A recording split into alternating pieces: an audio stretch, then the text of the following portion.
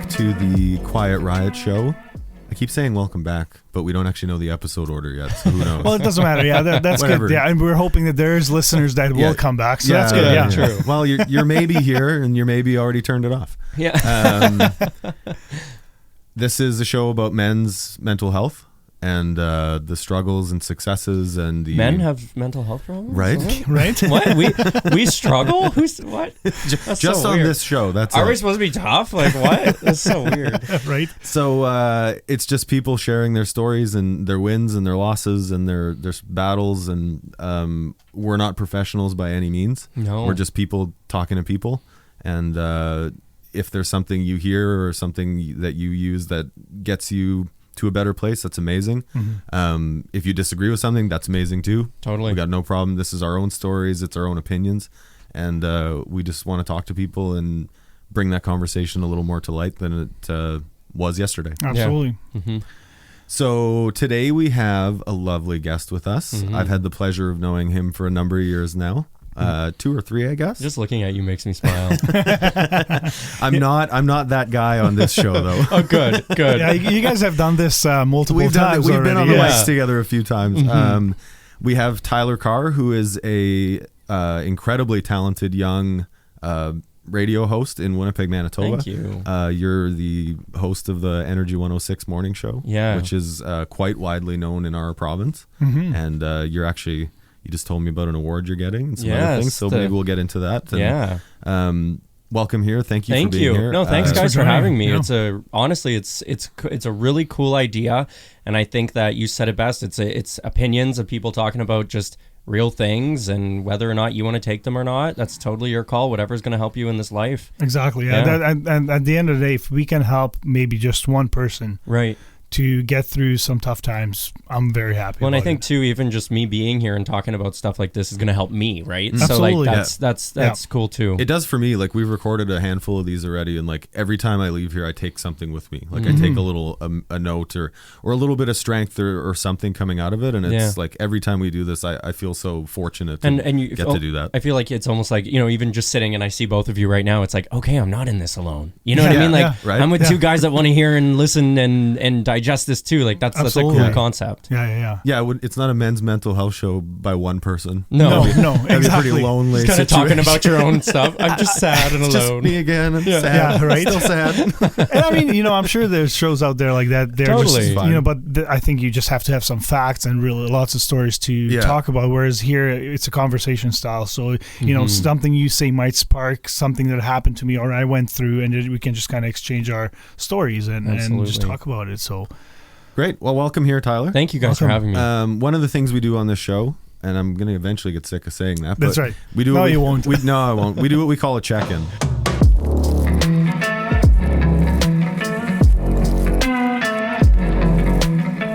Okay. How that works is that me and my wife use it because she can never get a read on where I'm at, how I'm feeling, like my mental state and my solitude and whatever. Or mental fortitude. Yeah, okay. So we do a check-in. We use a number system, 1 to 10. Okay, and just like mental health-wise? Just or like how, just a general, you'll hear me and Tommy will do ours, and then we'll ask you. Okay, I'm down. It has worked wonders in my marriage and my like it's just worked so well, and like it actually works good in friendships too when you know someone a little bit. So Tommy, as of recent days or weeks, what number are you? Today it's a 5. Okay. Yeah. So last one was a 9. Yeah, you were not. Yeah, last time we recorded, you were a 9. Last time we recorded, I was a 9. Today it's a 5.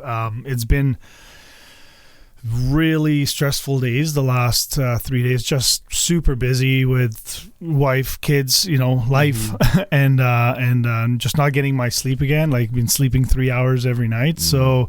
I get to work. I start work early, just like yourself, and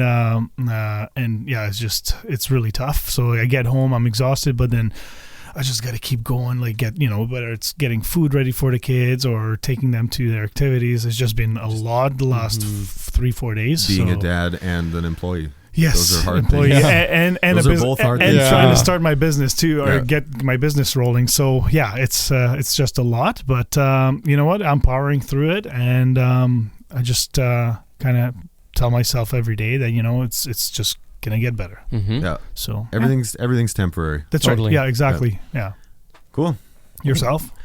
I would say just as of some events that happened recently. So this last weekend, I was out of town and I was like probably close to an 8, which my average. That's pretty I'm good. a 7. I'm a 7, like steady. Okay, and lucky then like 7. I don't dip big either way. So if I'm like an 8, I'm like real good. I was out of town. I was watching some baseball games. Yeah. I was having some drinks with friends. It was great. I came home and a really close friend of mine went through a really big, or is going through a very big crisis in his life, and he wasn't safe to be by himself, and so he phoned me on Sunday night. Okay. And he went to the crisis center, which is awesome. They kept him safe, and I talked to the therapist there. We had a conversation. We made a plan, and one of these days I want to do a show on a little focused on suicide, suicide prevention. Absolutely. I've taken some assist training. I've lived with someone who's suicidal for quite a long time, and so there's so much we don't know, and I really need to share what I know, and I don't think I know anything. That's right. So he called me, we made a plan, and he's staying at my house, and so it's been heavy, and it's been... That's really nice of you, though, to have that open door policy. You have to. And I think anybody I know would do the same for me, and so... Absolutely. And I've had people do that for me when I've had a struggle like that. So he's with me, and we're just celebrating every hour we get through. Yeah, and, perfect. Celebrating every hour. Yeah. That's cool. Yeah, it's just we made it. Hey, we made it to the morning. We made it through the evening. We did like those are the wins you have to like really celebrate and make note of. And I make a point to tell him, like, if it's been 2-3 hours, we haven't said anything about it, we haven't talked about what, like, and he seems okay. Hey man, it's been 3 hours. Like we did it. We got through 3 hours. Let's keep going. And it's but it's been tough. So I would say I'm personally a 6. Okay. But I would say the situation it's a really tough one. Yeah. So I don't even know if I can give that a number, but that's fair. But yeah, that's where I'm at, and I'm happy to be here with you guys. It's going to give me a little bit of a refill before going back. It's like a hug. So, Absolutely. This conversation is like a giant hug. We're just hugging you. I love that you mentioned hug because my wife is a teacher. She had to be very careful because she likes that personal touch. Right. So when with our kids, she always, instead of our kids going like, mom, dad, it's like, no, you put your hand on me. Right. And then that way I know you want something, and that way you will not forget what you want. So she would do that with students too, is just like, hold on a second, but like she had to be careful because like, you never know, somebody might take it the wrong way. So she kind of explained it to the students and the parents as well. And just meeting someone like you and I, like even right now when you came, like just that quick hug. I usually go in for a hug. Absolutely. I'm a hugger. And it's just that really close touch feel. It's really, I can understand why it could be a lot for somebody though, but absolutely.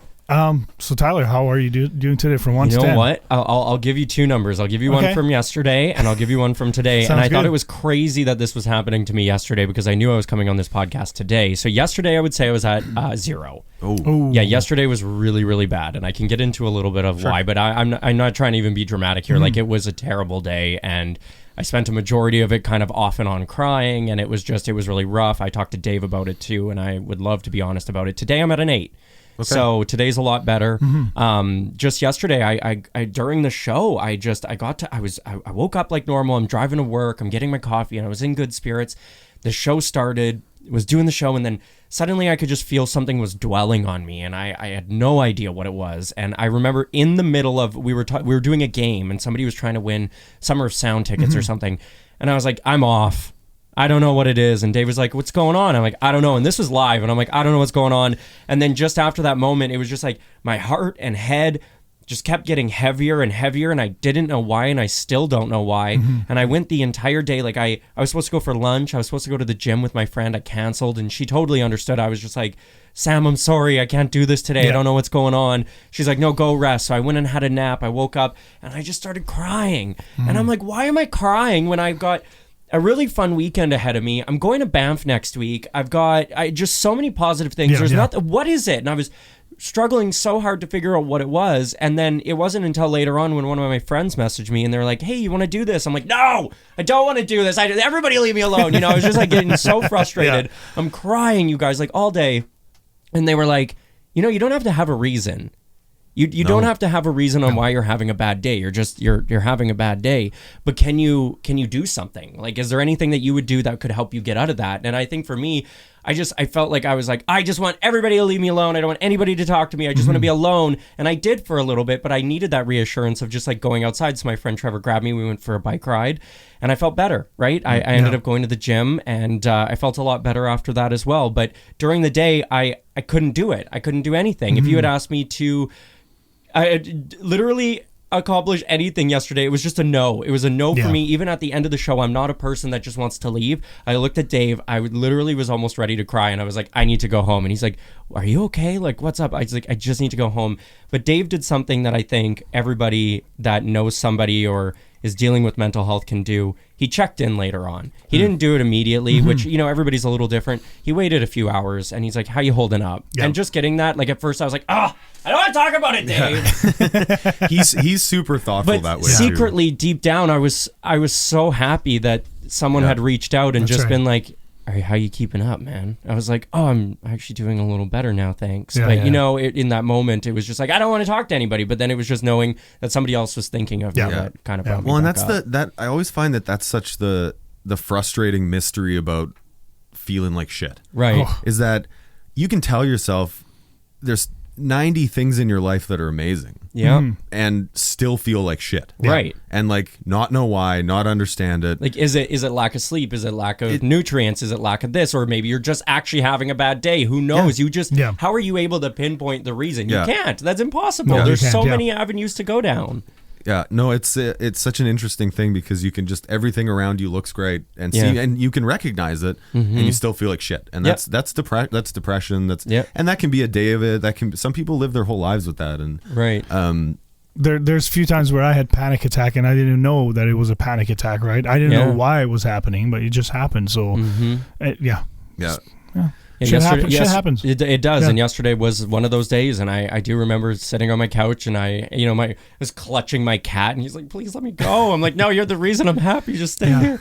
And I'm like, it's really nice that it wasn't nice that I was going through that day, but I think it gave me a better clarity of coming in here today and how special something like this is because it's like, well, no, everybody kind of will have those days and there doesn't need to be a reason. Nope. You can just have a bad day. Yeah. And that's okay. Absolutely. And I think we need bad days in our lives too because we get to learn about ourselves a lot of things too. So I always say that the depth of someone comes out of darkness, experiencing darkness or being adjacent to darkness or your own or whatever it is. And I think you really learn about yourself and you learn, and I don't wish darkness upon anybody, but we all go through it. Everybody does. And I think it matures you and I think it gives you cause to grow. Yeah, and it gives you depth of character. Also, in that moment, like, I took away, oh my gosh, look at the people that care, right? Like, for me, it was, oh my gosh, Dave reached out, my friends reached out, these people reached out, and it was like, oh my goodness, like these people really do care, right? It was just that like secondary validation for me. It felt really good in the moment. You're loved. Like, and it's good to feel loved. Yeah. And you can still feel like shit and feel loved. Yeah, that's basically what my friend Trevor said. He's like, you can feel like shit on the bike ride. And I was like, true. He's like, I'm not going to force you to talk to me. You want to wear headphones? And I was like, no, I'll just come talk. It's fine. I'm not going to be an asshole. No, it's fine. And then I felt better,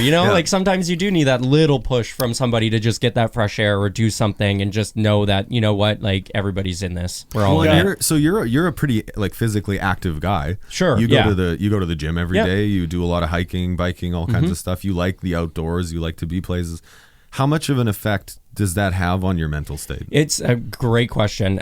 The pandemic ruined me when it came to my mental health. And it was just this like, because in radio, especially for me personally, I'm a very go, right? I'm going to events. I'm going to meet these people. I want to do this. I want to do that. And then the pandemic was just like, stop, you're not doing any of this. And I was like, oh, what do I do with my life? And it wasn't until one day my squad and I were like, well, we can't really hang out at home. We're allowed to hang out outside. What should we do?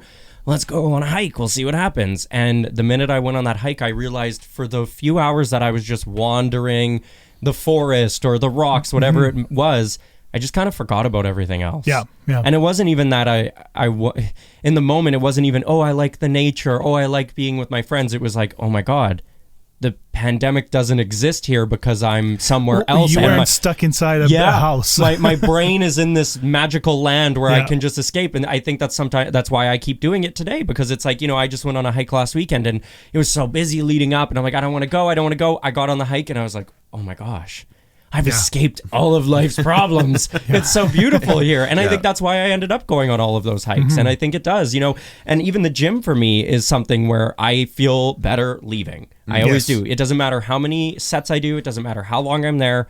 You go, you get your body moving, and it personally helps me a lot. Yeah. I got to get back to the gym. I know that the hardest part was always going and starting, but then I felt amazing, but I just haven't done that in a long time. And like I said, some people will go to the gym for 20 minutes. That's okay. Yeah. I think there's so much pressure on, you have to go and do so many sets to look this way. No, some of us don't go to look a certain way. Some of us will go because we feel mentally, and just moving your body it gets important. The blood going, like the oxygen in your brain too, so it just automatically feel better. Same thing going out, getting the sunlight, and getting the fresh air. Nothing beats doing the Transcona Trail biking at about 7 p.m. at night, where the sun is just starting to set a little bit, and you're just biking with headphones in, probably listening to Midnights or something, or some good record. Yes. And just going, and then just looking up, and your phone is gone. You're just in the moment, and you're just thinking about cool things.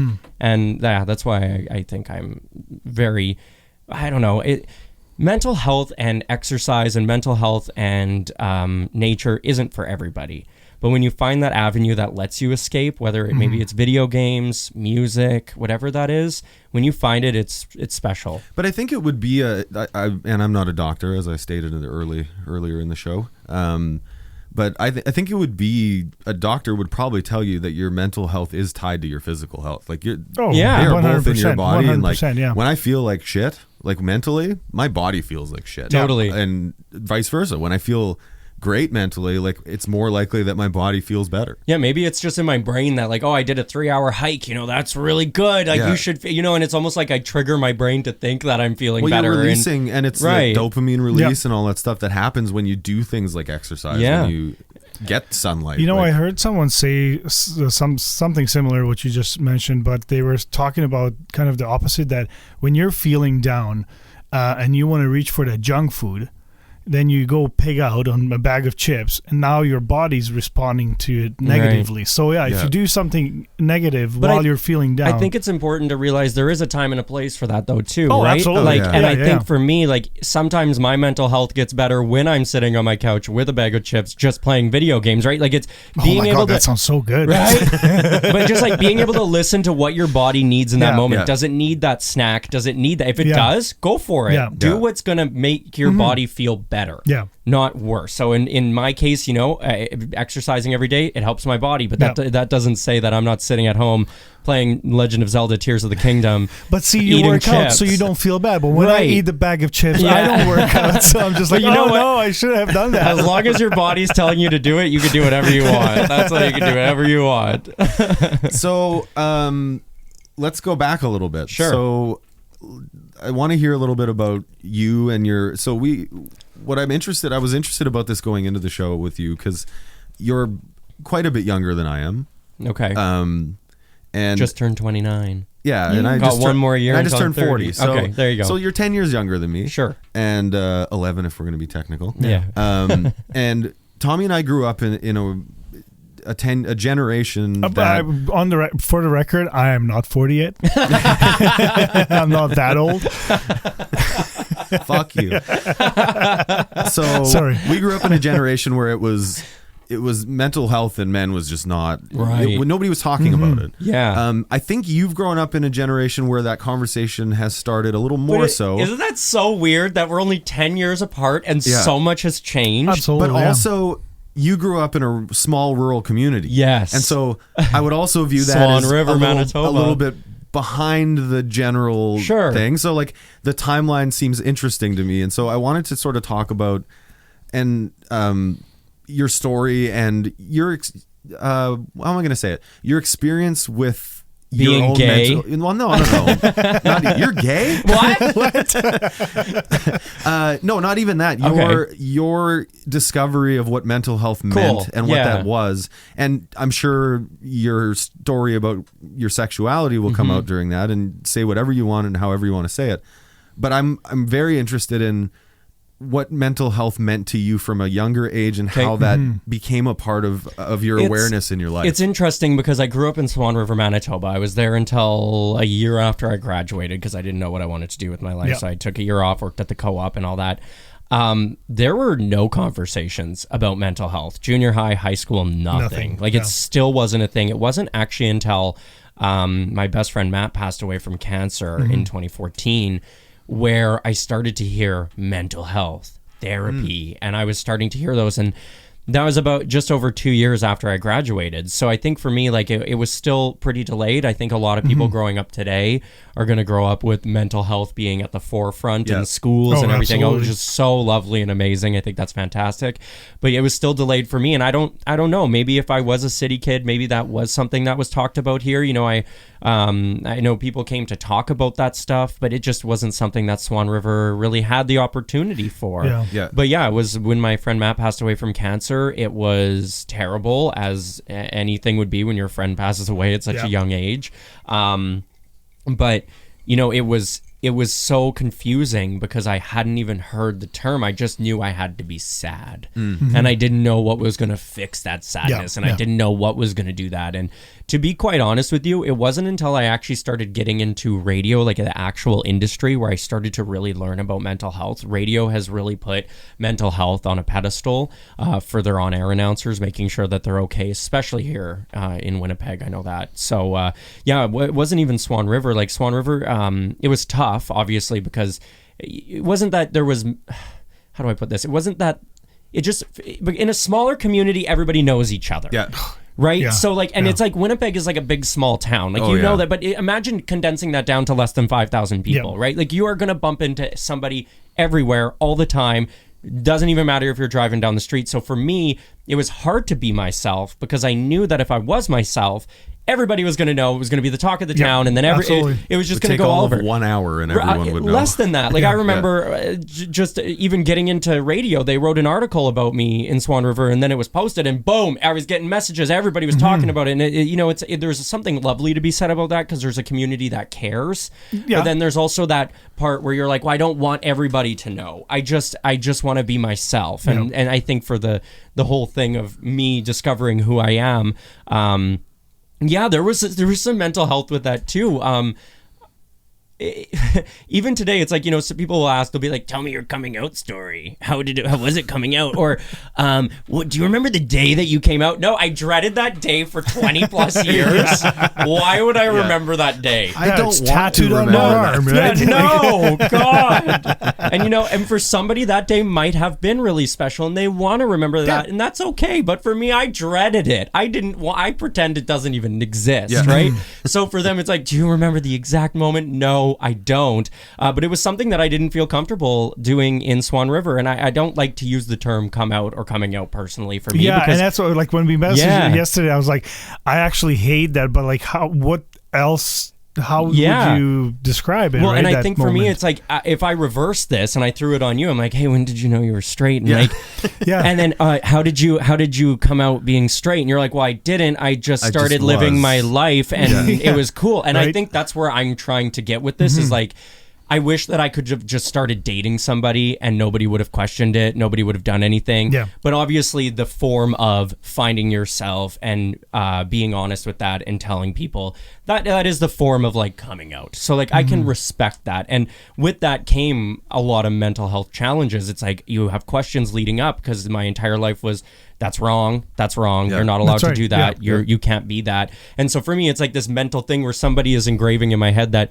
the way you're thinking is wrong. We don't know that's what you're thinking, but the way you're thinking is wrong. And it's like, okay. And I remembered actually practicing being straight in my room. I would go in my room and be like, I could like women, and then I could have a kid, and I could be married to a woman, and I can deepen my voice. I can do this. Convince yourself. Literally practicing grooming myself into being straight in a room because I was so wrong. And So does that have an effect on me today? I'm sure it does. I'm sure it does deep down. Maybe it was the reason I had such a bad day yesterday. I don't know, right? It's just these things that growing up where it was a no, no, no. How do you ever feel comfortable doing that then, right? Absolutely. So yeah, it was definitely a struggle, and it was even something that I still don't even like to talk about. Like I do like to talk about it to a point that it might help somebody else, but I don't like it being the forefront. I don't want to be that like, oh, you're gay, you're the token gay, you're this, you're that. Like to me, that just, it throws me off. Yeah. Well, and it's not, to me that, and I can't speak for your group, but like I can speak as a man, we're both men. Absolutely. But for me, that's still not treating it like everything else. Right. It's not, you're still not, it's still abnormal, or it's still like pushing through a stigma, or sort of supporting a stigma in a weird way. Well, and it's interesting enough. So I know you mentioned to me too, like, how are your friends? How are your family? Well, my family hated it. They didn't like it, and they still don't. It's not something we talk about.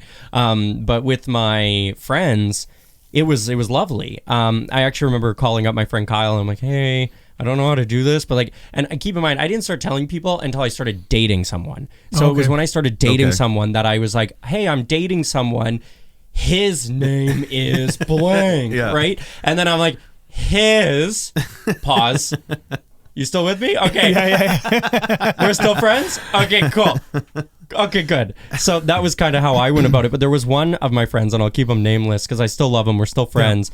But his reaction just blew my mind, right?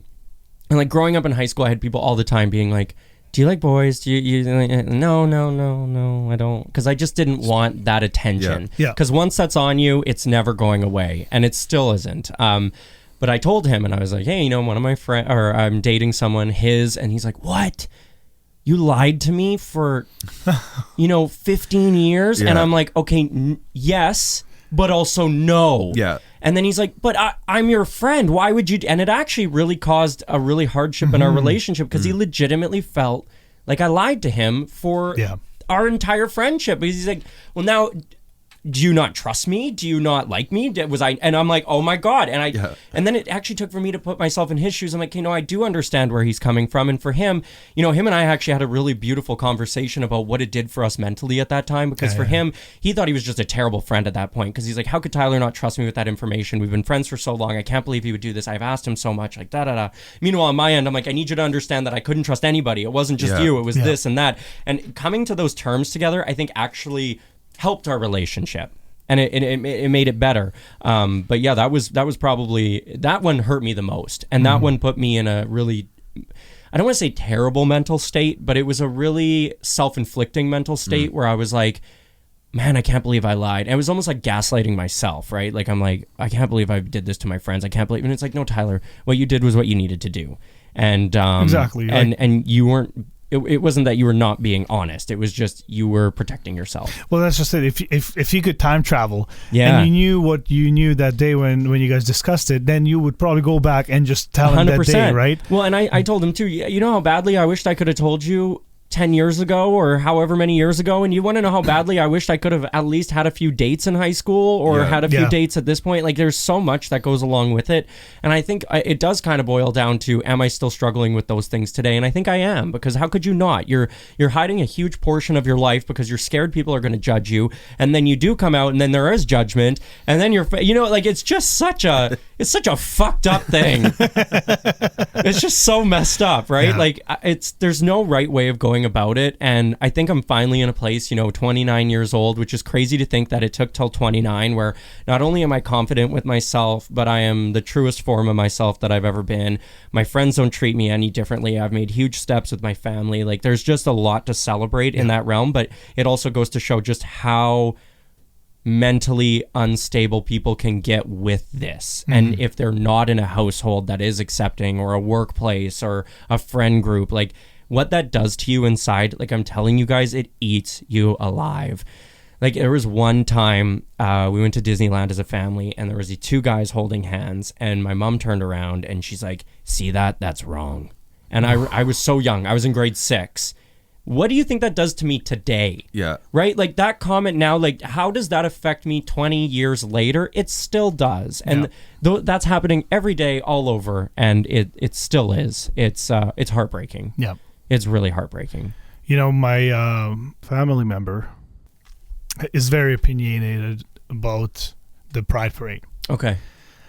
Why do they have to have a celebration? Right. You know, and I'm like, well, there's lots of things that people celebrate. Right. Whether they're straight or gay or lesbians, I mean, it doesn't matter. Why do you have to have a birthday party?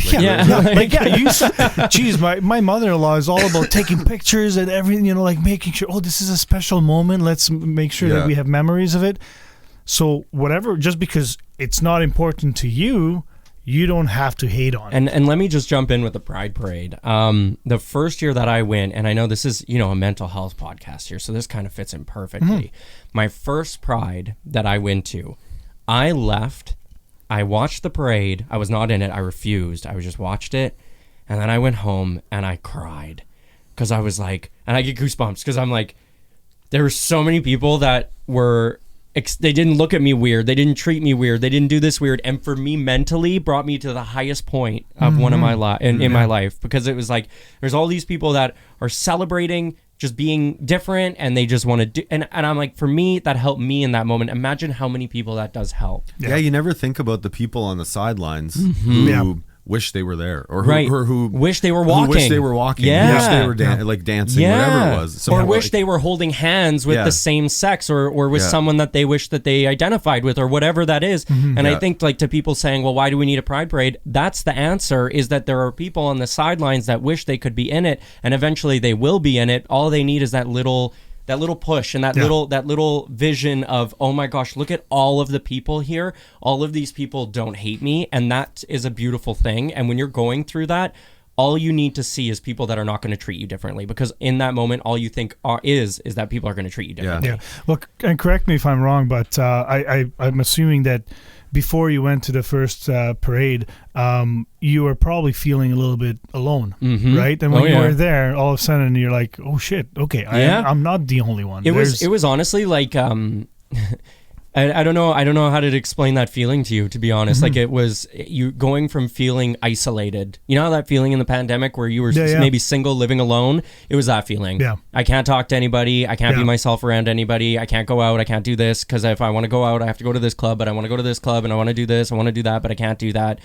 And then seeing that was just like, I don't know, I view it as, I know I don't like the coming out of the closet per se, but let's say there's like, we're in this room and there's a door there, and outside that door is being yourself. You see how that door is just slightly open right now? Yeah. That's what the Pride Parade does. It just moves the door a little bit more, and then you kind of start to see, and you're like, oh, you mean these people aren't so bad on the other side? Some of the okay, and then eventually a hand comes out and just pulls you, and it's really beautiful. And you know, even right now, I would never be talking about this with anybody ever. If you had asked me 5 years ago to do a podcast where we would mention this, I would have never said yes. And I think now I can celebrate where my mental health is today and being able to talk about it, because I'm obviously accepting the past and the trauma that I've dealt with to be able to talk about it with guys like you. Yeah. Do you feel because you're a public figure, let's call you, do you feel a certain responsibility to that situation? Ooh,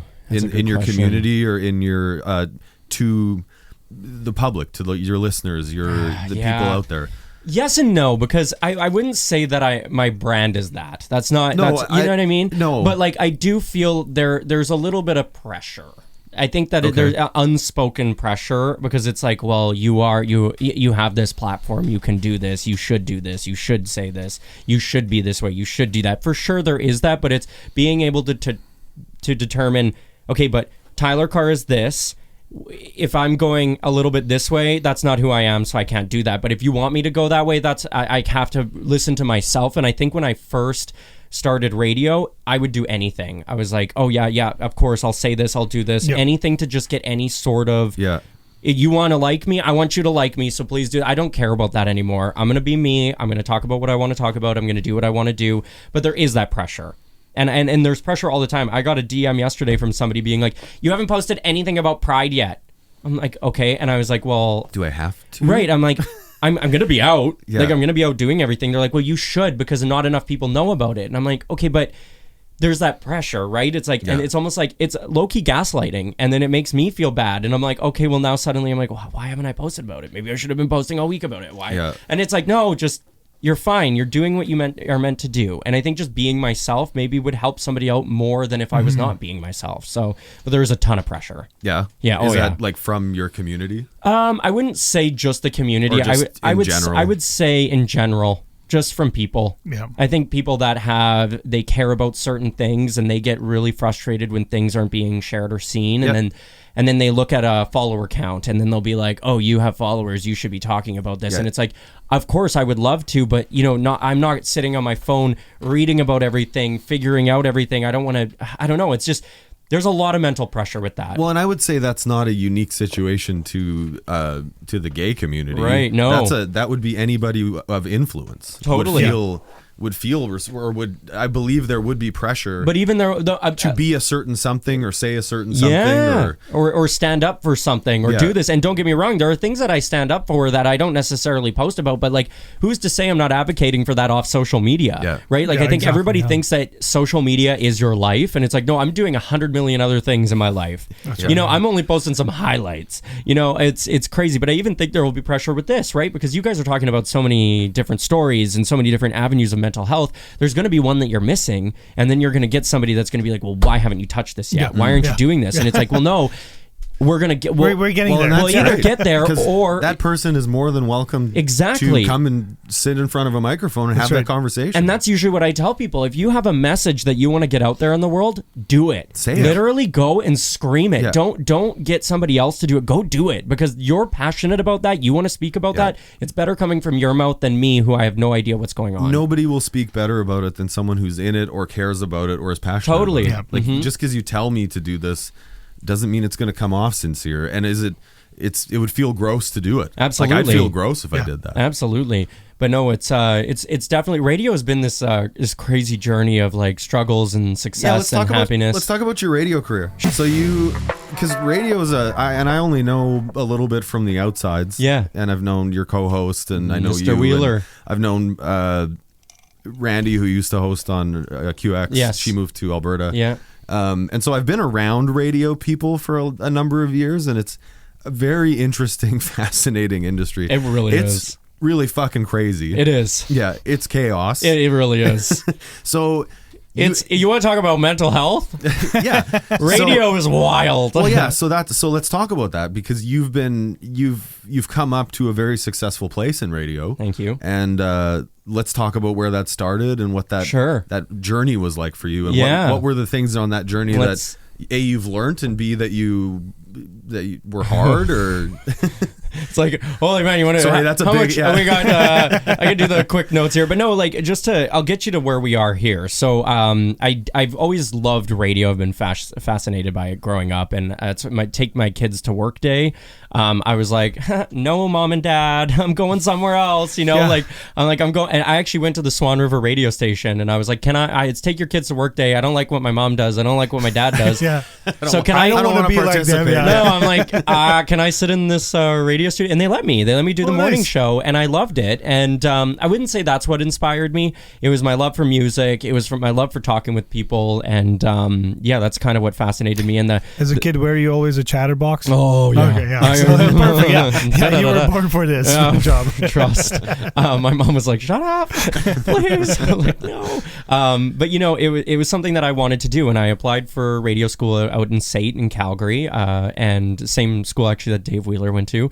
And I got accepted, and I kind of felt like that was my calling, because only 24 kids got accepted each year. There were hundreds that applied, and I'm like, okay, if they saw something in me, then this might be my avenue. I fell in love with it, you guys. Like, it was a struggle in the first year, just like, okay, is this what I want to do? Is this not what I want to do? Getting in my head quite a lot. But it was validating that second year when I finally started to see some progress in every course that I did. And I got my first job out in Brooks, Alberta, while I was still going to radio school. I moved out there, and then I was able to do things at work and submit them for schooling. So I still graduated with distinction, which was great. I was in Brooks, Alberta for 2 years. That was an interesting one, because I did a solo show there. It was hard for me mentally there too, just because it was a smaller community in Alberta, and I still wasn't exactly where I wanted to be. And I felt like, radio, you need to be yourself, right? That's what, and they tell you that even in reality TV, don't apply if you're not going to be yourself. We want yourself. We want you to be true to who you are. That is such a hard thing to do sometimes. And I think that was a good little stepping stone for me, was Brooks. And then it wasn't until I got approached to come to Energy 106, and now I've been there ever since. But it's escalated, right? Like where I was in Brooks, like sure, there was a little bit of attention, right? Like the odd person in the grocery store would say hi, or at the event, some people would come up and say hi. But now this is on a whole different scale, being in a larger market, and obviously being on a show that's a little more successful than what it was. You have more people listening, and then even for our show specifically, we have a lot of opinions and we're very honest about them. A lot of radio shows will kind of stay away from some certain opinions. We do not. No, you guys actually thrive on that. Yeah. We're very honest. We like to pride ourselves on being honest. And we always say, we hope that you don't agree or disagree. We just hope you feel something. Like that's just what we, and Dave and I don't agree all the time. Jasmine and I don't agree all the time. But like at the end of the day, we can still have a conversation about it. And, I think that's where a lot of the pressure comes into play, especially in Winnipeg and radio, was how to deal with everything is the right way, but how to deal with the attention in public, how to deal with the attention on social media, how to deal with the attention in the workplace, and how to just deal with everything. Because radio is so encompassing that like when you leave, you don't turn off. You're constantly thinking of ideas. You're constantly in the public's eye. You're constantly being watched. Yeah. And anything that you do will come back to you. Under a microscope. Absolutely. Now, is that anything anybody prepares you for while it's happening? That's a really good point, and the right answer is no. They try to, like at SAIT, they did a social media course where they were like how to handle messages and how to handle negativity, because people are always sending things, and it's not like I'm sitting here and I'm Lady Gaga's Instagram account, right? Like I get a few DMs every single day or whatever, but like it can be a lot, and maybe it's more than the average person, but they do try to, right? They try, but unless you're actually doing it, you don't know how that is. You really don't. And the best thing to do, and like I give credit to my boss Adam West, because like if I get a message or something that really bugs me, I can bring it to him and we can talk about it and we can kind of get over it. And I think that was the main thing, was if there is some really negative attention on something that you're doing, talking with people is the best way to get out of it. But radio school prepared me for everything that I needed to do to be successful. It didn't prepare me for being successful. Honestly, yeah. Like, weirdly enough, because it's just so insane. And it feels like, and Gaga, actually, my favorite artist, used this once. She said, when I'm on stage, I have all of these fans screaming at me. And think of that like a radio show. We're getting text messages, phone calls, guests coming in and out, talking to people. And then you go home and Gaga says she's quiet. Yeah. And it's quiet. And you're in your thoughts and you're alone. How do you go from one extreme to another without going mentally insane? I remember I remember that from my touring days. Like being on tour, you live a certain way, you live this lifestyle, it's ridiculous. It's not real life. Like it's just not. And I never toured in any big way. Like I can't even imagine musicians that have been touring for 20 years and like playing arenas, huge money, playing arenas and all that stuff. Like even at the level I did it, you'd get home from tour and you didn't know what to do with yourself. It's quiet. Yeah, and I think way too fucking quiet. And I think that was the issue I was having too. And maybe that's the reason why I always stay so busy and I'm going and doing things, because I can't sit and be quiet anymore. Still, because it's like when I'm sitting still and it's quiet at home, I'm like, what's wrong? Like something's wrong. And honestly, it's weird. And I think that was probably one of my biggest struggles in radio, was going from all of this to just nothing at night, because then you feel just so isolated and alone. I can't even remember your original question. That might, like, would you view, like, I hate silence and quiet. I hate it, but me too. That's probably that's also a contributor to, like, you're always playing music or something. Yeah, that's also a contributor to me coming in lower numbers than I should be, because I don't allow peace. I don't allow my own thoughts. I do work really hard at shutting them up, and that's not a healthy place to be either. I'm working on it, but so that quiet, that noise, you keep busy, you keep doing things. Like when the concert's over, right, you really are just left with yourself, and like And you go home and you think about, like, for me, it's all the text messages that came in. Was there a negative one? Was there this? Oh, did I say this weird? I've done them. I've seen that. Like, I've heard about some. Yeah. And I've actually seen a couple. Yeah. That shit is like. It's abusive. What do you do with it? Is abusive. It's abusive. Sure. There was actually there was one. It was a few months ago, and it came in, and he was just like, actually, no, the better one. Let's go jump back to yesterday, because yesterday, remember, I said I was at a 0. Yeah. And I was a 0 on the show. Like, I was a 0 on the show. I wasn't talkative. I wasn't myself. I was very snappy. I snapped at Dave. He tried to come over and give me a hug, and I was like, get off. Dave was snippy last week. I was like, I was mad. And people obviously hear that. And it's hard because, you try and put stuff at the door, and sometimes you just can't. Sometimes you just can't. And being honest, I kept saying, I'm having an off day. I'm having an off day. And then all of those text messages were coming in like, Tyler's off today. Oh, Tyler's not as funny today. Tyler's not this today. And then when I get home, and now it's quiet, and I'm alone, and I'm thinking, I'm not funny. I suck at my job, and this, right? Yeah. And that is hard. Yeah. Like, that is so hard. And then what do? You call someone and say, am I still funny? Yeah. Like, it's just like... Yeah, you're not going to do that. No, and it's just so weird. It's just this weird, like... Oh, it's just this weird mental roller coaster of like...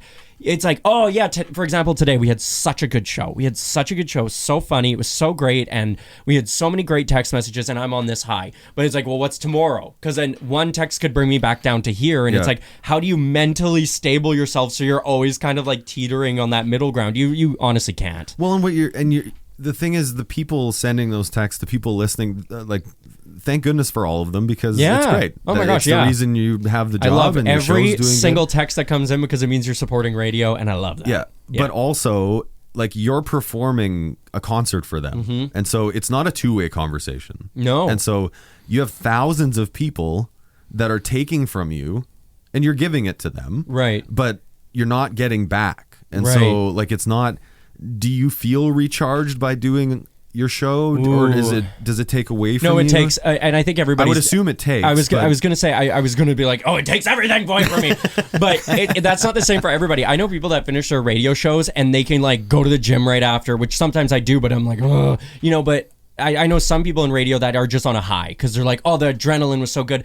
For me, I mentally give everything in that studio. Like, if I have if my battery of mental health is at a 10, I'm leaving the studio at a 1. Like, I leave nothing. Like, any happiness that I have, I want to bring in there, because I want to try and help somebody else in their day. Like, if I can go in and push myself to be happier today, that person listening might be happier. That's what I do. So that's why I need that time in between to recharge, because it's like, I can't go from one thing to another. That's why today, for this podcast, I did the show. I was like, okay, I got this podcast. I'm going home, and I had a power nap. I woke up, and I'm recharged again, I think everybody that has their job, it doesn't matter what it is, you're going to have that moment where you need your battery to recharge. And it's understanding when that is and focusing on that. But no, I give it all. Well, and being in radio, I mean, you don't really, like, you're in the room, right? You don't get the direct interaction with your fans.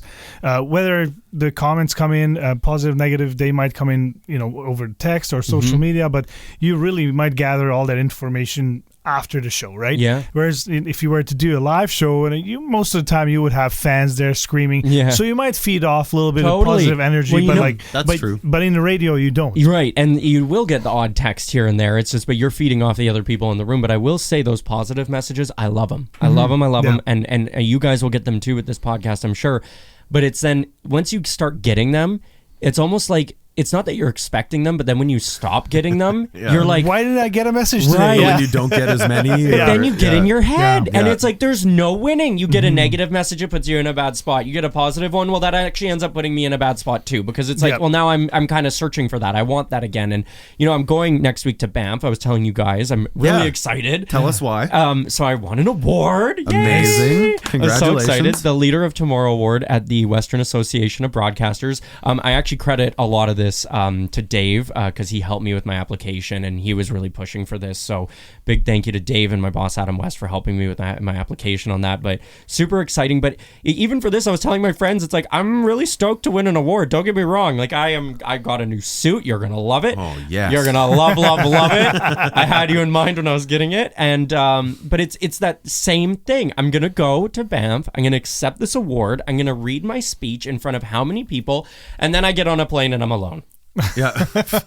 And then it's like, okay, but now I won this award. Is this? And then you almost get in your head. You're like, well, now I gotta. Where's the next one? What's next? Like, do I have to outperform this? And it's understanding your limitations and your standards to be like, no, this is a really good accomplishment. This is another big step in your life. You don't need to keep winning at this same. You know what I mean? Like, it's to understand, to accept this and to have pride in it, but not to dwell after. Yeah. Because I know so many people that will get something huge and then they're chasing that feeling again, and it's almost sometimes harder. It's almost impossible at that point. Yeah, you become a little greedy because you just want more and more and more. But yeah, we gotta be able to enjoy the little things that we exactly. But how do you blame someone for wanting that again? You get that feeling, that adrenaline rush of this, and then it's gone. Yeah. And then you're like, oh, well, you shouldn't want more of that. It's like, but it was so nice. Yeah. Everybody was telling me how great I was, and now they're not. Everybody, like, who doesn't want to hear that? Right, exactly. Yeah. And then it's gone, and you're like, well, what the hell do I do now? I guess just sit at home and, pretend I win the same award every week. I don't know. It's just one of those things. But I think you can use it as like I think the way to receive that is like, it's a positive recognition of what you're doing. Yeah. And you did that. That's right. You did that for yourself, and let yourself appreciate the work you put in. Like, you work, man. Like, you've put in effort, and every bit of that effort is what got you to today. Thank you. And if you use that same skill set, that same set of tools that got you here, it should get you here. Yeah. And I'm pointing further ahead. Yeah, I like it. And so that's a beautiful thing to celebrate. Thank you. And not get lost in. Take a minute to appreciate the award, to bask in it, really revel in it, because it's important. Absolutely. And then use that same thing to push yourself forward. Right, to do that, to just keep going. Yeah. I think it's just like almost like, we've been doing like the battery and recharging. Yeah. This award's almost like just an additional battery now. Yeah. It's just like, okay, I just added it on, kind of like Tears of the Kingdom in my stamina bar. It's just like, you just get a little more, and it's like, okay, no, but what I'm doing is good, and I can keep going, and I can do this. But yeah, I won't lie. Like, there's also the part of me that's like, well, maybe I didn't want this award because maybe I don't want that attention, because sometimes that attention can be a lot and it can be overwhelming in like the best way possible, right? Like, you're getting all of that and it's just like, I don't know. Sometimes I can't accept that well. Mm-hmm. But I appreciate you, Jack. Thanks for saying that. I wanted to ask you a question about, you mentioned that after you finished, or when you were working in Brooks, was that? Mm-hmm. Yeah. Brooks. That Energy reached out to you. Yes. So can you tell me a story about that? Yeah. Like, so how did they hear about you and just... Yeah, absolutely. It's honestly, it makes me happy because I was so mad when I was in Brooks, Alberta. I knew that wasn't my be-all, end-all. My program director, Jeff Murray, at the time knew that too. And he was like, I just want you to give it your all here. Give me some good radio. And when you're ready to go, you're ready to go. He's like, this isn't your last stop. And so he was always helping me trying to get that. So I give him a lot of credit for this. But he told me something one day, and he's like, have the same presence you have on air as you do on social media and in your day-to-day life. He's like, don't be faking any of those, because somebody will see that. And funny enough, at the time, Adam West and Sarah, my first co-host at Energy, she saw my social media and she was like, okay, I like this guy. And so she was the one that actually DM'd me and was like, hey, can we have a quick conversation? And so we literally had a conversation. What had happened was she was doing a show with somebody. That guy left and they had an opening. And she just went on social media to see people that looked like they were fun and looked like they obviously were having a good time in radio, knew what they were doing. And she liked my stuff. So she DM'd me and we had conversations probably once a night for about a week. And we clicked. And then I got a call from Adam West literally right after that. And he's like, how fast can you get here? I was like, well, okay, I'll pack up my things. And it was 2 weeks. Wow. So Really? So I got that, and I literally put my 2 weeks in it's funny because they were starting the Energy Jet to Lady Gaga at the time, and so he wanted me back for that. He was like, if you're a big Gaga fan, you got to be here for that, and that's in 2 weeks. I'm like, okay, Jeff, I'm quitting. And he's like, where are you going? I'm like, going to Winnipeg. He's like, of course you are. Swan River's your home. Of course you are. But I remember when Sarah got hired for that job with whatever her first co-host name was, and she posted about it. I remember saying to my friend Warren, I'm like, that was my job. Like, I really wanted that. Like, I wanted the smaller company, I wanted the family company, and I wanted to be closer to home in Winnipeg. So for her to end up reaching out was kind of this like multiverse of madness moment where I was like, I feel like I I put that into the universe. You know what I mean? Like I put that I wanted that job and it came my way. And I said to myself, I wrote myself a really long note the day before my parents came to help me move. And it was all the goals and things I wanted to accomplish. And it was a huge list of things. I was like, Tyler, you're going to do all of these things in Winnipeg. Like, you're not going to mess this up. And I'm done the list, which is great. But now there's like... Have you made a new list yet? I got to make a new one. Yeah, we got to make a new one. But it was nice for me because it was like, okay, you're going into this and you want to do something, right? And I think a lot of people... when they start, they dream about their dream thing or their dream this, and then they get there, and then it's almost like they take it for granted at that point. Because it's like, well, no, little Tyler was dreaming about being a morning show host in Winnipeg his entire damn life. Sometimes I take that for granted. I'm having the best time ever. So it's awesome. Well, thank you so much for being here and sharing your story. I'm now at a 10. That's I'm now at a 10 out of 10. Fantastic. Glad to hear that. I'm sure you have 6 more activities for this evening. So just going biking. Just going biking. Just going biking. Yeah. We're getting to the end of the show, but what would be your message be to a listener that are dreaming big and maybe they're stuck somewhere where they don't want to be? What would you tell them right now?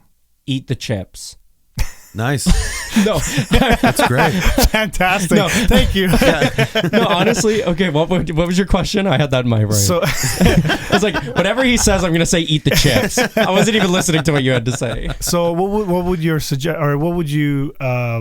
what would your message be to someone that is stuck at a bad place, whether like it's mentally at or something, young age or an older age, where you just because you've been in that place where you were stuck? And here's a really cool tip that I learned when my friend Matt passed away, and it was something that someone passed down to me. Like, I didn't go see a therapist or anything at that time. I remember you were talking about. It wasn't for me at that time, so I was looking elsewhere to see what could help me, and they told me the coolest trick ever, and I still use it today.